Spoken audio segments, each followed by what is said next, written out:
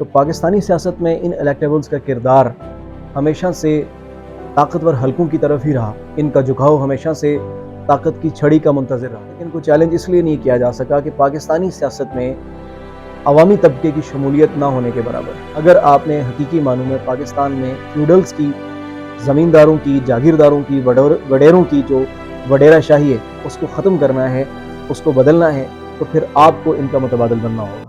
بسم اللہ الرحمن الرحیم۔ پاکستان میں الیکٹیبلز کی سیاست کے اوپر ہم بات کریں گے۔ پاکستان میں سیاست میں الیکٹیبلز کا کردار پاکستان بننے سے پہلے ہی شروع ہو گیا تھا۔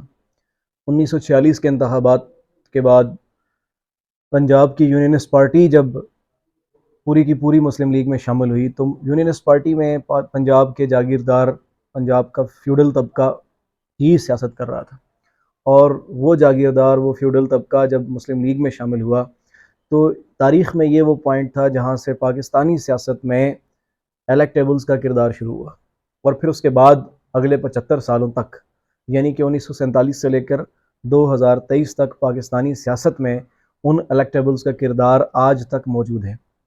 اور وہ الیکٹیبلز، وہ خاندان، وہ سیاستدان جو 1947 سے پہلے مسلم لیگ میں شامل ہوئے، اس کے بعد پھر وہ مختلف پارٹیاں بدلتے رہے، ان کی وفاداریاں کبھی جرنیلوں کے ساتھ رہیں، ڈکٹیٹرز کے ساتھ رہیں، اور کبھی پھر وہ سیاسی پارٹیوں میں شامل ہوتے رہے، اور وہی پاکستان میں طاقت کے توازن کو طے کرتے رہے۔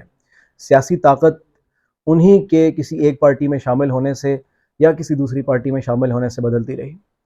ہم ریسنٹ پاسٹ کی اگزامپل لیں تو 2002 میں یہی الیکٹیبلز، یہی جاگیردار، یہی سرمایہ دار، یہی وڈیرے جب مشرف کے ساتھ تھے تو اس کی آشیرواد سے انہوں نے مسلم لیگ کاف کی حکومت بنائی۔ پھر یہی لوگ 2008 میں پاکستان پیپلز پارٹی میں شامل ہوئے تو پاکستان پیپلز پارٹی کی حکومت بنی۔ یہی لوگ 2013 میں مسلم لیگ میں شامل ہوئے تو پاکستان مسلم لیگ کی حکومت بنی، نواز شریف کی۔ اور پھر 2018 میں یہی لوگ مختلف ناموں سے مختلف مطالبات لے کر عمران خان کی تحریک انصاف میں شامل ہوئے اور پھر ان کی حکومت بنی۔ اور آج یہی لوگ اسٹیبلشمنٹ کے کہنے پر یا غیر جمہوری طاقتوں کے دباؤ میں آ کر اس پارٹی کو چھوڑ کر نئی پارٹیاں بنانے کا اعلان کر رہے ہیں۔ تو پاکستانی سیاست میں ان الیکٹیبلز کا کردار ہمیشہ سے طاقتور حلقوں کی طرف ہی رہا، ان کا جھکاؤ ہمیشہ سے طاقت کی چھڑی کا منتظر رہا۔ جس طرف ان کو ہانکا گیا یہ اسی طرف چلتے بنے، اور ان کی اس روش سے ہی پاکستانی سیاست میں طاقت کا توازن طے ہوتا رہا۔ لیکن اس چیز نے پاکستان میں سیاسی استحکام کو کبھی بھی ممکن نہ ہونے دیا۔ پاکستان میں ہمیشہ سیاسی عدم استحکام رہا، اور اس کی بنیادی وجہ ان فیوڈل لارڈز کا، ان جاگیرداروں کا، وڈیروں کا سیاست میں ہونا ہے۔ اور یہ جاگیردار اور وڈیرے کہیں پر پیری مریدی کے نام پر، کہیں پر برادری ازم کے نام پر، کہیں پر اپنی جاگیرداریت کے نام پر، خاندانوں کی بنیاد پر یہ سیاست کرتے رہے، ووٹ بینک بناتے رہے، اور اس ووٹ بینک کا استعمال کرتے رہے، اور انہوں نے ہمیشہ مراعات لی ہیں، انہوں نے ہمیشہ عوام کے ووٹ کا استعمال کیا ہے اور اپنے جاگیریں بڑھائی ہیں، اپنا سرمایہ بڑھایا ہے، اسلام آباد میں یا لاہور میں اپنی کوٹھیاں بنائی ہیں۔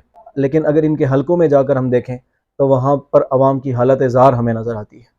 اب ہم کرٹیکلی انالائز کرتے ہیں کہ یہ پاکستان کی سیاست میں ان الیکٹیبلز کا کردار شروع کہاں سے ہوا اور آج تک یہ کردار کیوں ہے۔ تو پاکستان میں مقامی سیاست میں وڈیروں کا، فیوڈل لارڈز کا، اور جو یہاں کے جاگیردار ہیں ان کا جو کردار ہے اس کو سب سے پہلے انگریز نے بنایا۔ انگریز کے حق میں یہ لوگ استعمال ہوئے، اور آزادی کے متوالوں کے خلاف مخبر ان میں سے بہت سارے لوگ ہیں۔ وہ یہاں کے گدی نشین بھی تھے، وہ یہاں کے بڑے بڑے جاگیردار تھے، وہ یہاں کے بڑے بڑے وڈیرے تھے، اور یہی وڈیرے، یہی جاگیردار پھر جو ایگزیکٹو کونسلز تھیں، جو اسمبلیاں تھیں، ان کے ممبران یا ان کے رکن منتخب ہوئے یا منتخب قرار پائے گئے، اور پھر انہی کا جھکاؤ 1946 میں مسلم لیگ کی طرف گیا یونینسٹ پارٹی سے، تو مسلم لیگ پاکستانی ایریاز میں، جہاں پر آج پاکستان بنا ہے، شمال مغربی ہند میں ایک بڑی میجورٹی والی پارٹی بن گئی۔ اور پھر پاکستان بننے کے بعد یہی وڈیرے، یہی فیوڈلز اور یہی الیکٹیبلز یہ مختلف پارٹیوں میں جاتے رہے، اور یہ تاریخ موجود ہے ان کی۔ اب سوال یہ ہے کہ آج تک ان کو چیلنج کیوں نہیں کیا جا سکا؟ آج تک ان کو چیلنج اس لیے نہیں کیا جا سکا کہ پاکستانی سیاست میں عوامی طبقے کی شمولیت نہ ہونے کے برابر ہے۔ عوامی طبقے سے لیڈرشپ کا اٹھنا نہ ہونے کے برابر ہے۔ ان طبقات کے خلاف مزاحمت کبھی کی ہی نہیں گئی، اس لیے پاکستانی سیاست میں ان طبقات کا، ان خاندانوں کا ہولڈ آج تک موجود ہے۔ اور یہ ہولڈ کیسے توڑا جا سکتا ہے؟ اس کے لیے ضرورت یہ ہے کہ پاکستان کا نوجوان مضبوط ہو، مربوط ہو اور مل کر ان کے خلاف جد و جہد کرے۔ اور پاکستان کا نوجوان مل کر ان کے خلاف کیسے جد و جہد کر سکتا ہے؟ اس کے لیے پاکستان میں ہم یونائٹڈ پاکستان کے نام سے ایک پارٹی بنا رہے ہیں۔ ہم پاکستانی نوجوان کو، ہم اپنے نوجوان کو یہ دعوت دیتے ہیں کہ اگر آپ نے حقیقی معنوں میں پاکستان میں سیاسی تبدیلی دیکھنی ہے تو آپ کو خود سیاست میں آنا ہوگا۔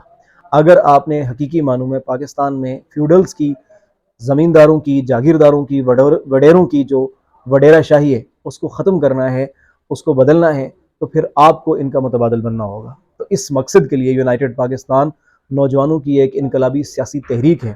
یونائٹڈ پاکستان کے پلیٹ فارم سے نوجوانوں کو اس بات کی دعوت دی جاتی ہے کہ وہ آئیں اور یونائٹڈ پاکستان کے پلیٹ فارم پر مل کر متحد ہوں، منظم ہوں اور مل کر جد و جہد کریں اس نظام کے خلاف، اس سسٹم کے خلاف جس نے اس وڈیرہ شاہی کو پروموٹ کیا ہے، جس نے ان جاگیرداروں کو، ان سرمایہ داروں کو، ان وڈیروں کو، ان فیوڈل لارڈز کو، الیکٹیبلز کو 75 سالوں سے ہمارے اوپر مسلط کیا ہے۔ تو اس سسٹم کے خلاف جد و جہد کے لیے ہمیں متحد ہونا پڑے گا، ہمیں منظم ہونا پڑے گا، اور ہمارے اتحاد اور ہماری تنظیم کے لیے ضروری ہے کہ ہم ایک تحریک کا حصہ ہوں۔ اور یونائٹڈ پاکستان وہ تحریک ہے جو آپ کو، ہمیں، ہم سب کو مل کر ایک پلیٹ فارم مہیا کرتی ہے جہاں پر مل کر ہم ان کے خلاف جد و جہد کر سکتے ہیں اور پاکستانی سیاست میں حقیقی تبدیلی برپا کر سکتے ہیں۔